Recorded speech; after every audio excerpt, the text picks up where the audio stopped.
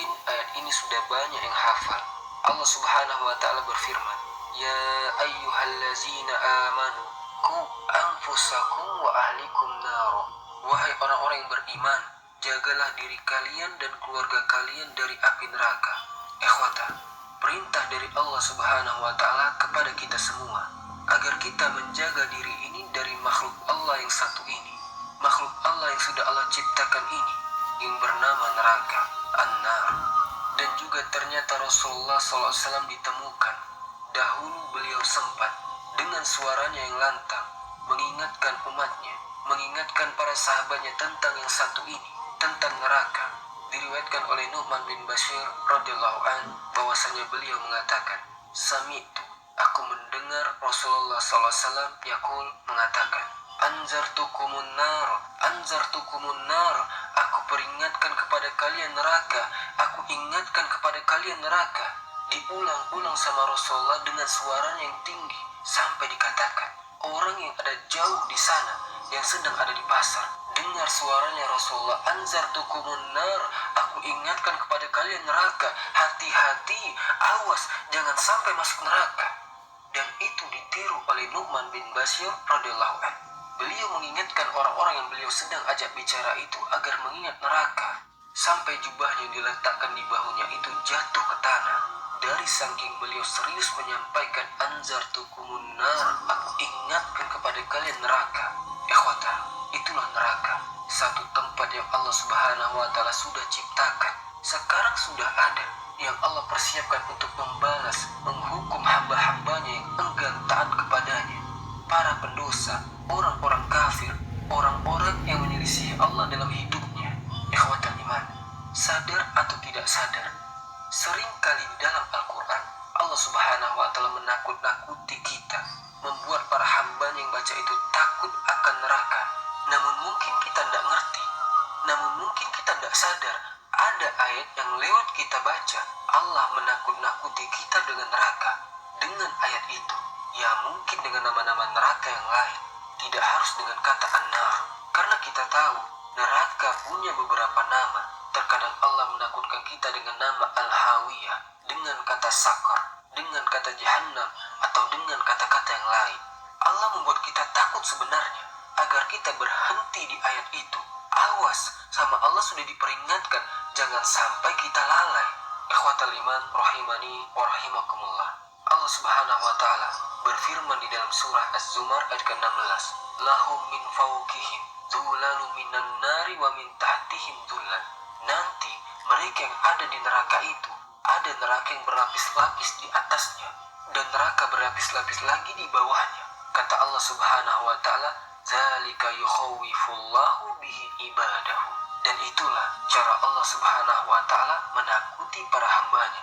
"Ya ibadi fattakun," maka para hambaku, kata Allah, bertakwalah kepada Allah Subhanahu wa Ta'ala. Ikhwata, kebanyakan kita lebih semangat membahas tentang surga, permadani, bidadari, perhiasan, buah-buahannya mudah dipetik, makanannya terus tidak terhenti.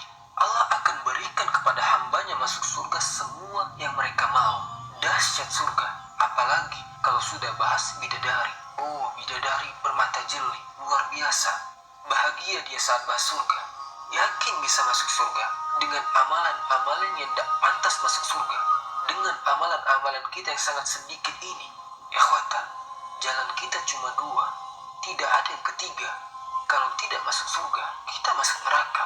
Betapa yakinnya kita bisa masuk surga, luar biasa, dengan amalan yang kurang lebih seperti ini. Dan kita tidak mau membahas tentang neraka. Sudahlah, tidak usah bahas itu, serem-serem, menakutkan. Oh, Allah maha baik, rahmatnya luas, hingga kita lupa dengan azab Allah Subhanahu wa Ta'ala. Padahal ikhwata, pembahasan tentang neraka ini tuh antibodi sebenarnya buat kita, tameng buat kita, penjaga diri kita untuk meredam sepak terjang kita yang gampang berbuat maksiat. Karena kita tahu, kita ini selalu dekat dengan maksiat. Sulit mau beramal soleh, gampang berbuat maksiat. Tidak usah tanyakan itu, kita tahu jawabannya. Dan memang benar, karena kata Allah Subhanahu wa Ta'ala, "Inna nafsa la'ammaratun bisu." Tabiat manusia itu ingin selalu berbuat keburukan. Makanya Rasulullah berteriak-teriak, "Anzartukumun nar, aku ingatkan kepada kalian neraka." neraka, neraka. Supaya kita ini punya tameng antara kita sama dosa. Supaya kita mikir dulu kalau mau berbuat dosa. Ini manfaatnya orang yang sering membahas neraka. Ikhwatal iman, rahimani wa rahimakumullah. Tadi di awal kita baca surat At-Tahrim ayat ke-6. Ya ayyuhallazina amanu qu anfusakum wa ahlikum nar. Jagalah diri kalian dan keluarga kalian dari api neraka. Selanjutnya apa? Wa quduhan nasu wal hijarah. Yang bahan bakarnya adalah manusia dan bebatuan. Alaiha malaikatun ghiladun sidad. Yang jaga malaikat-malaikatnya keras-keras, bengis-bengis, kuat-kuat, tak bisa diajak kompromi. La ya'sunallaha ma amaruhum wa yaf'aluna ma yu'marun. Mereka tidak pernah melanggar perintah Allah Subhanahu wa taala dan mereka selalu melaksanakan perintah Allah Subhanahu wa taala. Dan disebutkan di ayat yang lain, jumlah mereka ada 19. Alaiha tis'ata asyar, kata Allah Subhanahu wa taala. Allah letakkan di neraka malaikat-malaikat, jumlahnya ada 19. Ikhwata, mungkin kita sudah tahu pemimpin penjaga neraka itu namanya malaikat Malik. Rasulullah SAW saat Isra wal Mi'raj mensifati bagaimana sifatnya malaikat Malik itu. Kata Rasulullah SAW, diriwayatkan oleh Imam Ibnu Ishaq, saat Rasul SAW Isra wal Mi'raj, beliau Rasulullah SAW berjumpa dengan banyak para malaikat di langit. Dan kata Rasulullah, setiap aku melihat para malaikat itu tersenyum, ngomong baik-baik, mendoakan kebaikan, memberi kabar gembira kepada Rasul SAW. Tapi kata Rasulullah, ada satu malaikat ini yang berbeda dari malaikat yang lain. Yang lain semua mendoakan, memberi kabar gembira, tersenyum, tertawa sama Rasulullah, kecuali satu. Dia tidak tertawa, bahkan dia tidak tersenyum. Yang mana itu membuat Rasulullah bertanya-tanya. Kemudian Rasul bertanya kepada Jibril, wahai Jibril, siapa malaikat ini? Kenapa dia beda sendiri dari yang lain? Kenapa dia tidak tertawa, tidak membawa kabar gembira seperti yang lain? Kata Jibril, memang benar wahai Muhammad, dia memang tidak pernah tertawa. Kalau memang dia tidak tertawa kepadamu ya Muhammad, karena memang dia tidak pernah tertawa kepada orang-orang sebelummu dan kepada orang-orang setelahmu. Dia tidak pernah tertawa. Dia adalah Malik, malaikat yang jaga neraka, tidak pernah tertawa. Dan disifati oleh Rasulullah SAW, wahai Jibril, siapa itu? Wajahnya kok menakutkan sekali, tidak enak dilihat, kata Rasulullah. Kata malaikat Jibril, dia adalah Malik, penjaganya neraka. Kata Rasulullah, tidak enak dilihat wajahnya, menyeramkan. Apalagi ikhwata, kita tahu dalam Al-Quran, saat mereka orang-orang yang ada di neraka minta sama malaikat Malik, ya Malik, liyaqdi alina rubbuk. Bunuh kita semua wahai Malik, biar kita mati semua. Cukup siksa yang dahsyat ini. Tidak mati-mati, karena orang yang di dalam neraka itu tidak bisa mati.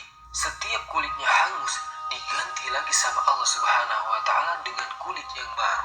Kullama nadijat juluduhum ba'dalnahum juludan ghairaha liyazuqul azab.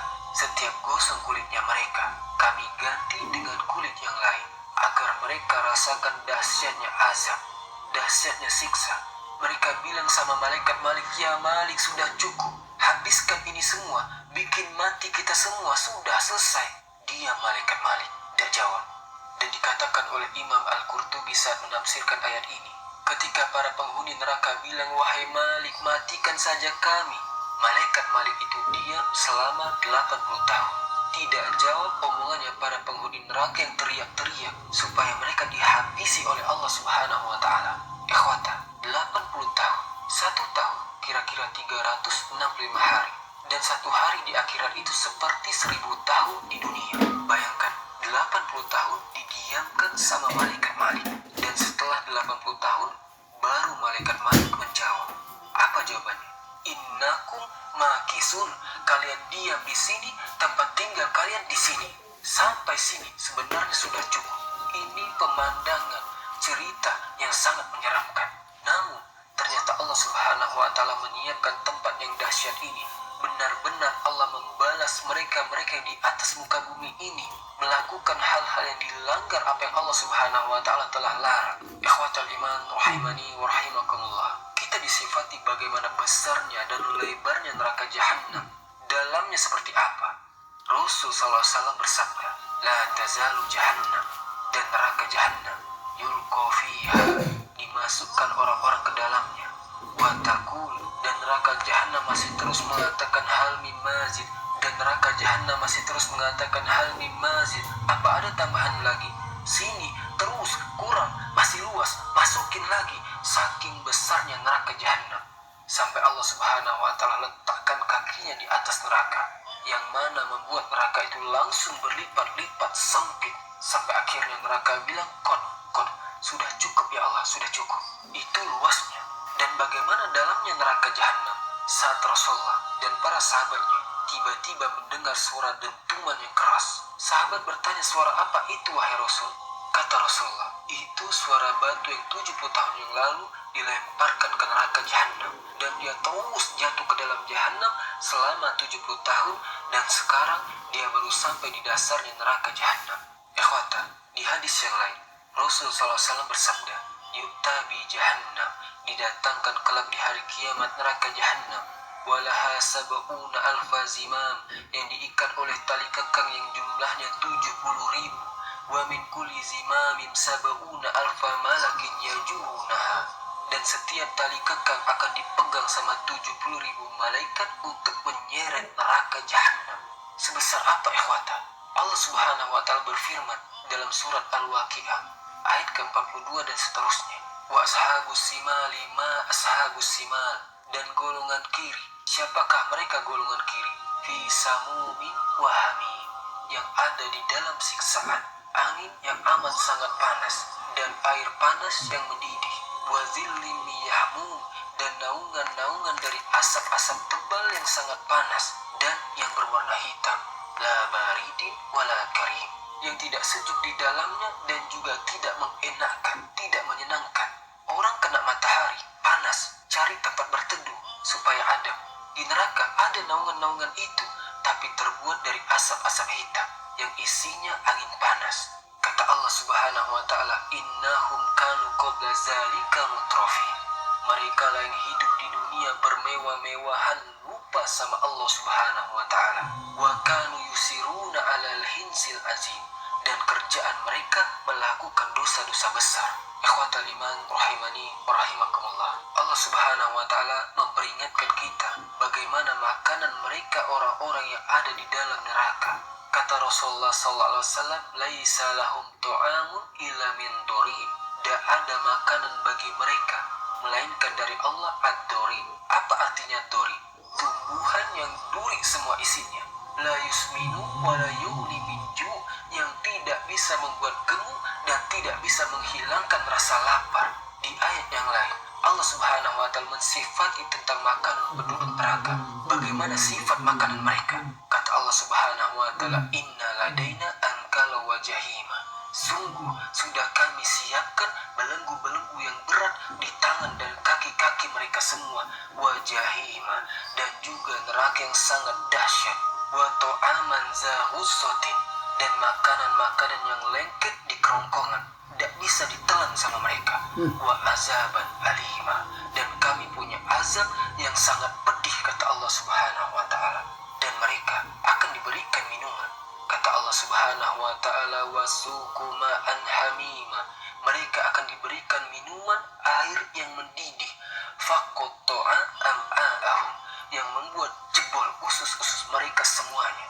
Sungguh neraka yang mengerikan, balasan bagi orang-orang yang ketika di dunia melanggar apa yang Allah larang. Semoga Allah Subhanahu wa Ta'ala menjadikan kita semua hamba-hambanya yang selalu ingat dan takut kepada Allah Subhanahu wa Ta'ala, menjadikan hamba-hambanya agar kita jauh dari neraka jahannam, dan Allah Subhanahu wa Ta'ala memasukkan kita semua ke dalam surganya. Semoga apa yang disampaikan ada manfaatnya. Kita tutup dengan membaca subhanakallahumma bihamdika asyhadu an la ilaha illa anta astaghfiruka wa atubu ilaik. Wallahu ta'ala alam. Assalamualaikum warahmatullahi wabarakatuh.